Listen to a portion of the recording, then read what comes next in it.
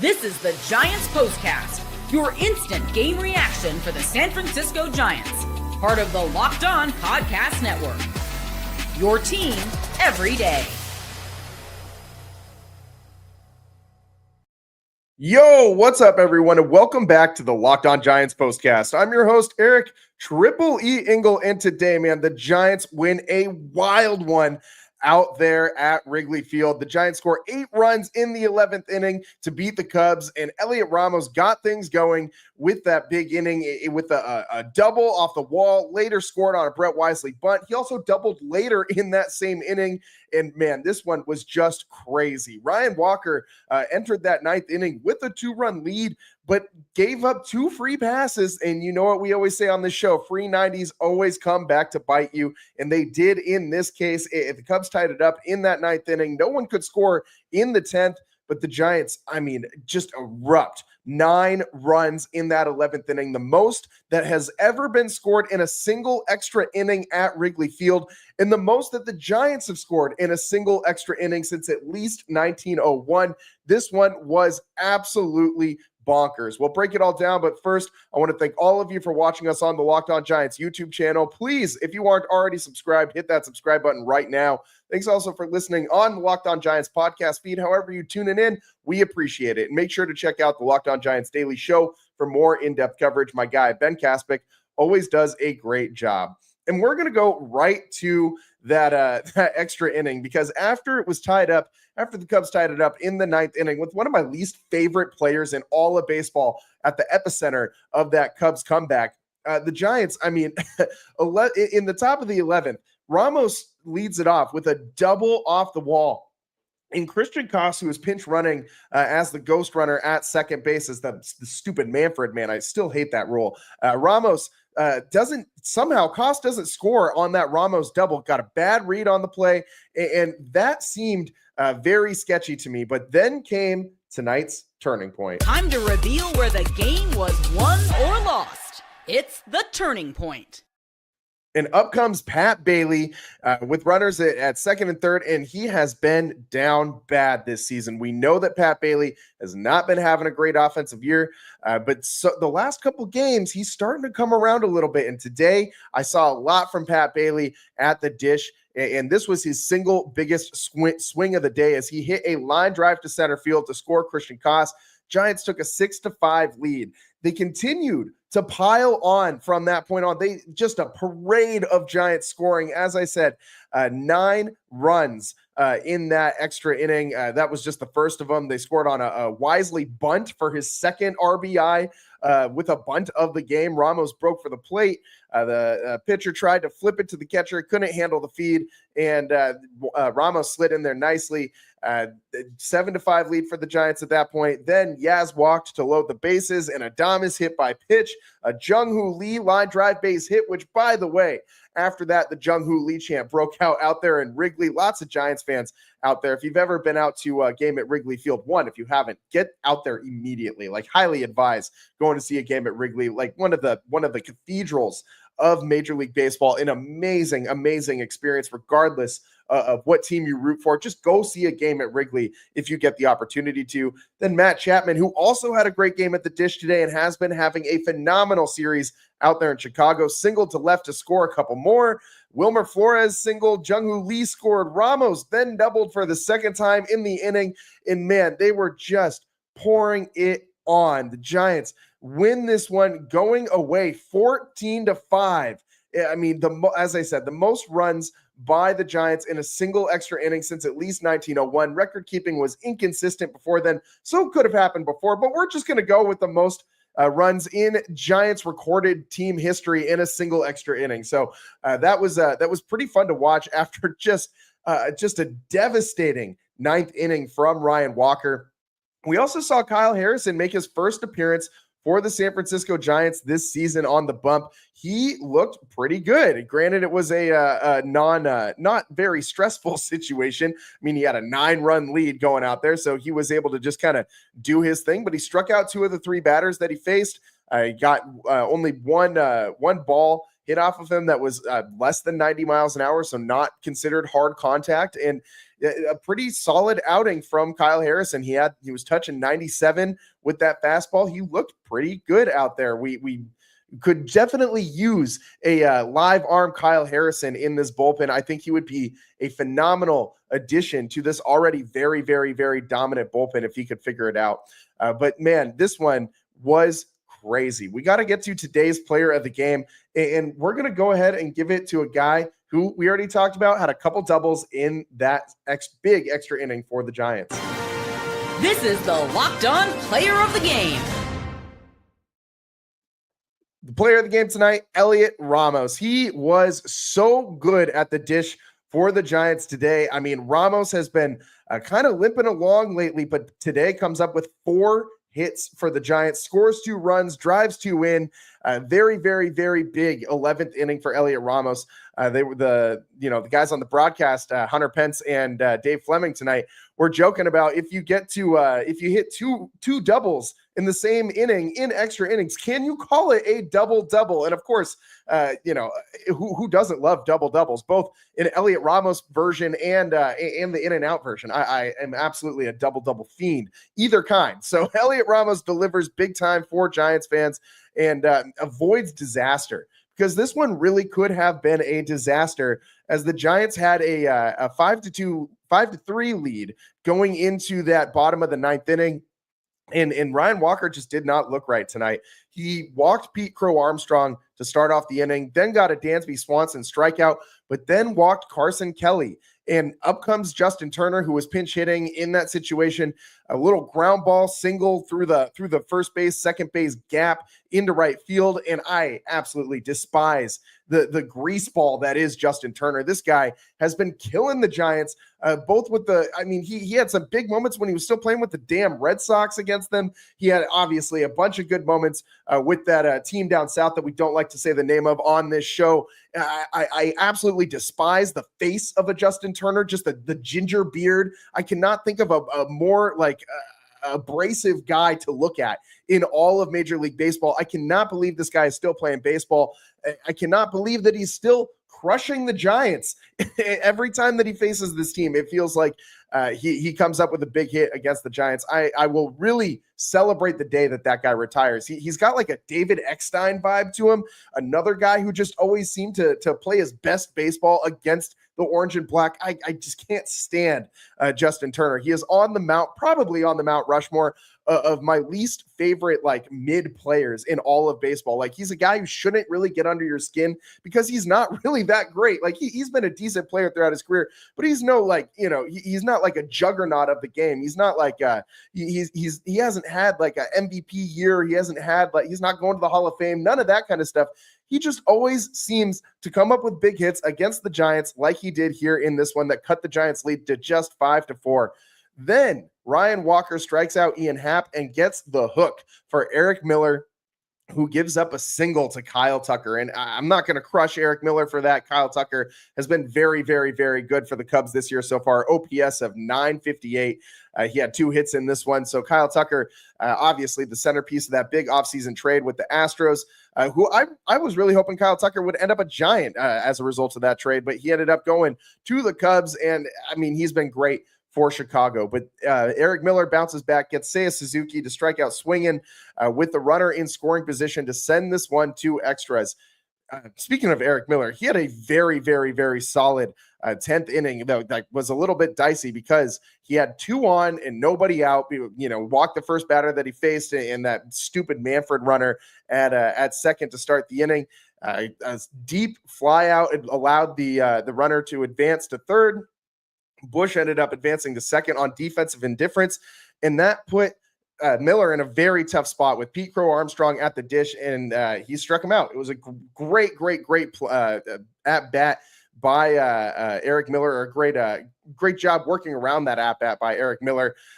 Very, very, very solid pitching performance for him in this one, and it really, was set the table for that Giants 11th inning. I think that it kind of inspired the team, the way that he was just so gritty out there and just grinded that one out. just a very, very, very solid inning from Eric Miller. And by the way, today, it wasn't just the 11th inning that was weird. Like the Giants had another like little league run that they scored in this game. I mean, the Cubs tried to field a Brett Wisely bunt. Remember, I mentioned Wisely had 2 RBI bunts in this game. In the top of the 4th with 1st and 3rd, Wisely bunted and it like popped over the first baseman's head and still got down before it found a glove. Then there was some weirdness out there with like a pickle, and the Cubs couldn't field the bunt, couldn't execute the pickle. They scored the run from third base on the play. Very, very, very strange situation out there in Wrigley. Giants took a 5-2 lead at that moment. And we also had a ton of offense, obviously, the 9 runs from more than just Heliot Ramos in this one. We had Jung-Hoo Lee with 3 hits. We had Matt Chapman with 3 hits. Jung-Hoo Lee, one of those hits, went over the right field wall for his 4th bomb of the season. Matt Chapman also worked a walk in this one. So Chappie was on base 4 times. Lee had 3 ribbies. Chappie had 2. They just so much production from the Giants lineup today. I mean, and especially in that we've been talking about 2 specific parts of this order. It feels like the top of the order has been all right. You know, Adames is slowly coming around. Mike Yastrzemski has been pretty solid to start the year, holding down that leadoff spot, but getting like the meat of the order going, the 3, 4, 5 hitters going. We've talked about that a lot. Getting Matt Chapman going, and we've talked about Willy Adames a lot too, but we'll ignore him, I guess, for today's show. But Matt Chapman got going again in this one. He had a pretty good game yesterday when we did not have a postcast show. Apologize for that. But Matt Chapman had a very solid game so far. He's been probably the best hitter of this series so far for the Giants. And then the bottom part of the order as well. Even though Wisely did not come up with a hit in this one, he still had 2 RBIs. That is very good. Situational hitting isn't just about coming up with hits. It's about advancing runners and making the smart play. Wisely executing a bunt not once but twice in this one to get the runner home from third. Very, very, very solid out of your 9-hole hitter and a guy who just got the call up from Sacramento not too long ago. Pat Bailey also in the 8-hole today, coming up with 2 hits, 3 RBIs. The 3 RBIs tied for the most by a single Giant in today's game with Jung-Hoo Lee. I think this was Dave Fleming said this on the broadcast too, but I'm going to echo it. I think that this was by far Pat Bailey's best all-around game. Both as a catcher, he had a nice throw, he threw a runner out at second base. It was great throw. Solid play from Pat Bailey behind the dish in this one. And also at the plate, like Pat Bailey is finally creeping up to that 200 mark. I mean, it's a small thing to celebrate for sure. I mean, he's batting 194 on the season. It's a long way from where he wants to be, but he's getting back to finding at least a little bit of a rhythm at the plate. Very, very encouraged by what I saw from Pat Bailey today.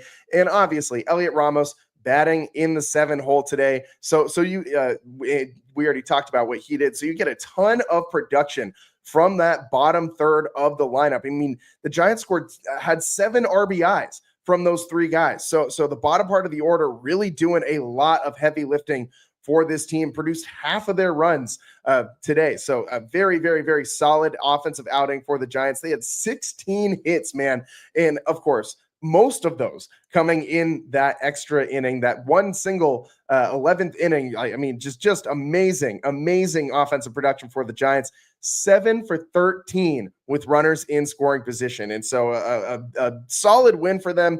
They have a chance to win this series going into tomorrow. And that's all you could really ask for going on the road at Wrigley, facing a team like the Cubs, who has had a very good start to the season. They're 22-15, the Giants 23-14. So the Cubs just a game behind the Giants. They're playing very, very, very good baseball. Have been to start the season. They have had a lot of offensive explosions of their own to start the year. So the Giants, wild one at Wrigley. Find a way to get this one done. And thank God they did, because this would have been a completely different show had they not gotten things done in the 9th inning. And we'll talk about that coming up next on the Locked On Giants postcast. Today's show is sponsored by Monarch Money. Ever check your bank account and wonder, where did all my money go? Between dining out, online shopping, and entertainment, it's easy to lose track. That's where Monarch Money comes in, your personal CFO, giving you full visibility and control over your finances. Monarch Money isn't just a budgeting app, it's a complete financial command center. You can track all your accounts, investments, and spending in one place. So you stop just managing your money and you start building wealth. It comes with all sorts of surprising insights. When I started using Monarch, I realized just how much I was spending on food delivery, and now I budget smarter and save more. It also comes with all-in-one convenience. Instead of juggling multiple apps, you can use Monarch to check your finances, track spending, and even plan long-term goals. And of course, the ease of collaboration that Monarch Money offers. Managing money with your partner is smoother than ever. You can track shared and personal accounts, set goals, and stay on the same page without the stress. Take control of your finances with Monarch Money. Use code LOCKEDONMLB at monarchmoney.com for 50% off your first year. That's monarchmoney.com,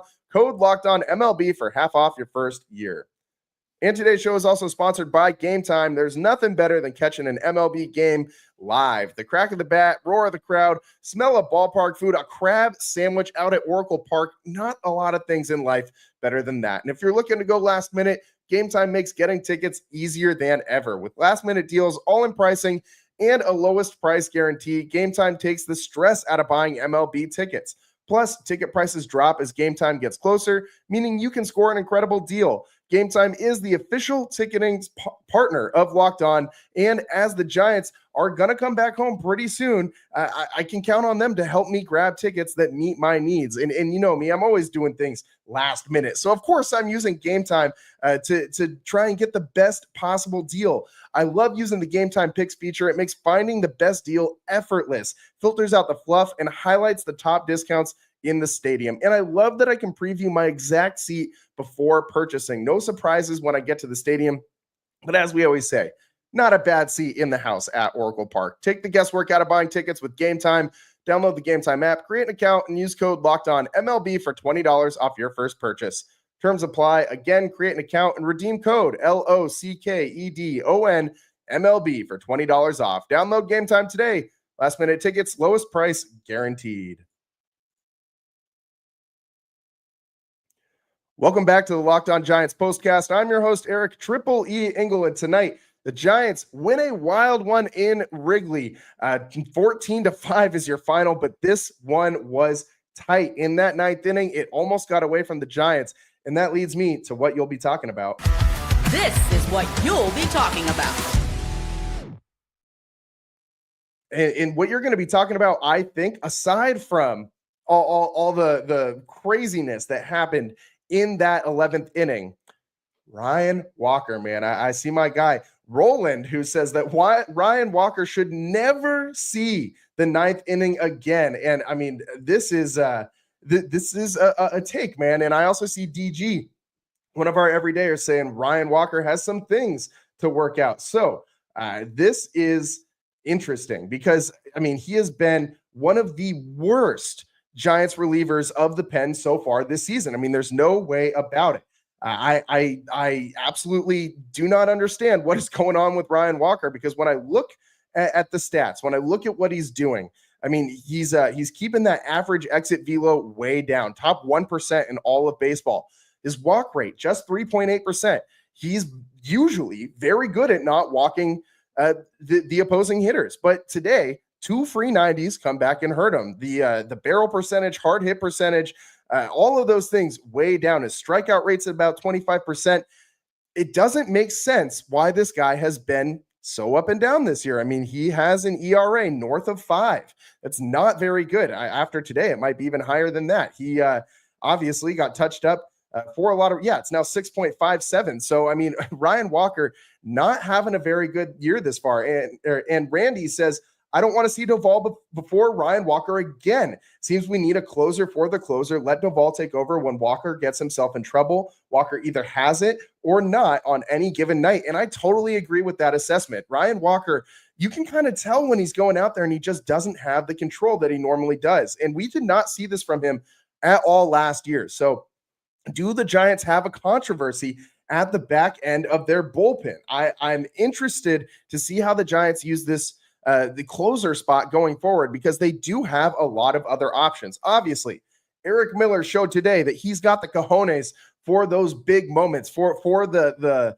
big pressure situation. He came up with a huge moment. I saw in the chat my guy Bob Sachs saying that Pete Crow Armstrong strikeout by Miller was the turning point in this one, and that very well could have been.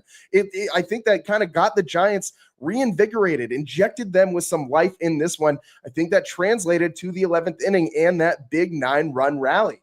There was a lot going on in this one, but it does feel very, very, very similar. And right as soon as I'm saying this, I see my guy Cole in the chat. Seems like deja vu from last year, just with a different Giants closer. And that's exactly what this feels like. Do the Giants need to pivot back to Camilo Doval in the 9th inning? He has been so damn good. I mean, there's Eric Miller's an option. Camilo Doval's an option. Tyler Rogers, we've seen him in the 9th inning before when the Giants have needed a closer, and he's obviously in the setup role right now. So where do they go? Randy Rodriguez, another guy that you could throw out there, has absolutely electric stuff. There's a lot of different guys that could contend for this closer position should Ryan Walker kind of lose that job. So I'm interested to keep an eye on that going forward. But just for the immediate future, Giants 1-1 with the Cubs, rubber match tomorrow at Wrigley Field. If you can win this series, that will go a long, long, long way. I think this is a very, very tough series to win, a very tough place to win a game. And in the Giants, obviously capitalizing tonight with the big comeback win in that 9th inning. It's all the time that we got for you guys today here on the Locked On Giants postcast. Appreciate all of you tuning in and chiming in on the YouTube channel, and everyone listening on the podcast feed. Appreciate all of you guys too. However you're getting the show, we appreciate you guys tuning in. We will be having a Locked On Warriors postcast on the Locked On Sports San Francisco YouTube channel, so make sure you're tuning in for that. Warriors playing the Wolves right now. Huge game one. Steph Curry got injured earlier in this one, and the Warriors somehow still alive. I don't know how it's happening. The defense has been great this game so far, so make sure you tune in for that full breakdown later tonight or on the Locked On Warriors podcast feed. Thanks so much for tuning in. We'll see you guys next time. Peace.